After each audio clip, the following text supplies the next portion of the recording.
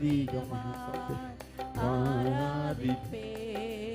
இன்னும் ஆர்வமாய் முழு உள்ளத்தோடு ஆராதிப்பேன்.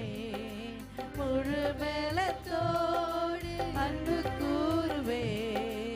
ஆராதனை ஆராதனை ஆராதனை ஆராதனை ஆராதனை